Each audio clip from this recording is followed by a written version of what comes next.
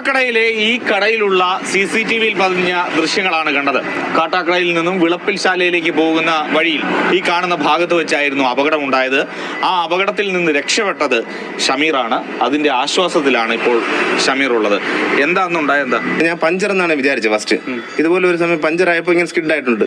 പെട്ടെന്ന് ഞാൻ ഇങ്ങനെ സകല ദൈവങ്ങളെ മനസ്സിൽ വിളിച്ച് ഇങ്ങനെ സ്കിഡായതും ടയർ ഉരുണ്ടങ്ങ് ഫ്രണ്ടിൽ കൂടെ എൻ്റെ ഫ്രണ്ടിൽ കൂടെ ടയർ പോവുകയാണ് കണ്ടത്. പേടിച്ചവിടെ നിന്നു ഇത്രയും ഉണ്ടായിരുന്നു. പിന്നെ എൻ്റെ സുഹൃത്ത് ഓടിയെത്തി, ആ നാട്ടുകാരെല്ലാം ഓടിയെത്തി. കട്ടാക്കോട് റോഡിൽ പോരവേ വണ്ടിയുടെ വീലൂരി താണ്ട അവിടെ നിന്ന് ഏതാണ്ട് കുറച്ച് ദൂരം 10-20 മിനിറ്റോളം പോയി കിടക്കാൻ ടയർ വീഴാതെ ബാലൻസ് ചെയ്ത് നിന്നെന്ന് പറഞ്ഞാൽ മതി. ഇതാണ് ആള്, ഷമീം എന്നാണ് പേര്. ക്ലിയർ വണ്ടിയാണ്. വണ്ടി താണ്ട വീല് വന്ന് ഇടിച്ചതാണ്. ഇവിടെ ഊരിപ്പോയപ്പോൾ വന്ന് ഇടിച്ചതാണ്. ഇവിടെ നിന്ന് ഇടിച്ച് ഉരഞ്ഞു പോയതാണ്. ബാലൻസ് നിന്നു എന്ന് മാത്രമേ പറയാനുള്ളൂ. വണ്ടിയിലല്ലാത്ത അവസ്ഥയായി. തൊട്ട് മുന്നേ ഞാൻ പോകുമ്പോൾ ഞാൻ ഒരു സ്റ്റീൽ പൈപ്പ് എൻ്റെ ഷോൾഡറിൽ ഇങ്ങനെ കുത്തിച്ചാരി വെച്ചിട്ടാണ് ഞാൻ പോയത്. ഒരു വർക്ക്ഷോപ്പിൽ പോയതാണ്. എൻ്റെ ഒരു വേറെ വണ്ടി പണി നടക്കുകയാണ്. എന്നിട്ട് തിരിച്ച് വരുന്ന വഴിയിലാണ് ഇത് പറ്റിയത്. അങ്ങോട്ട് പോകുമ്പോഴാണ് പറ്റിയിരുന്നെങ്കിൽ ഇത് എൻ്റെ തുളച്ച് കയറുന്ന ഒരു സാഹചര്യമായിരിക്കും ഉണ്ടാവേണ്ടത്. എന്തോ അതന്നെ ഭാഗ്യം കൊണ്ട് രക്ഷപ്പെട്ടതാണ്.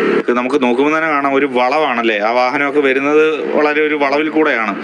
ഈ വളവിൽ വെച്ചാണ് അപകടം ഉണ്ടായത്. ഒന്ന് അല്പം വേഗത കൂടിയിരുന്നെങ്കിൽ കൈവിട്ട് പോയേനെ.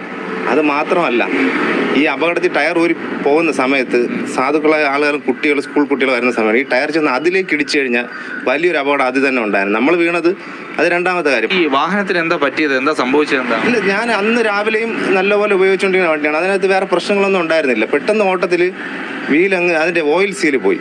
തുറന്നു നോക്കിയപ്പോൾ നെറ്റ് ഓയിലിനകത്ത് കുളിച്ചാണ് കിടന്നത്. ഓയിൽ സീല് പോയിട്ട് അതിൽ കൂടെ ലൂബ്രിക്കേഷൻ ആയിട്ട് ലൂസായി പോയെന്നാണ് എൻ്റെ ഒരു കണക്ക്. പക്ഷെ കമ്പനിക്കാരത് കേൾക്കുന്നില്ല. അവരിപ്പോഴും എനിക്കൊരു വലിയൊരു എമൗണ്ട് അടിച്ചു തന്നിരിക്കുകയാണ്. അവർ ചെയ്തു തരത്തില്ല എന്നാണ് പറയുന്നത്. വീഡിയോ കട്ട് ചെയ്താൽ മാത്രമേ എനിക്കത് അതിൻ്റെ ഇത് ഫ്രീ ആയിട്ട് ചെയ്തു തരുള്ളൂ എന്നാണ് അവർ ഇപ്പോഴും പറഞ്ഞുകൊണ്ടിരിക്കുന്നത്. മറ്റു വണ്ടികളൊന്നും തന്നെ പുറകെ ഇല്ലാത്തത് കൊണ്ടാണ് ഒരു പക്ഷേ ഒരു വലിയ അപകടം ഒഴിവായത് എന്ന് തന്നെ പറയാം. അത് തന്നെയാണ്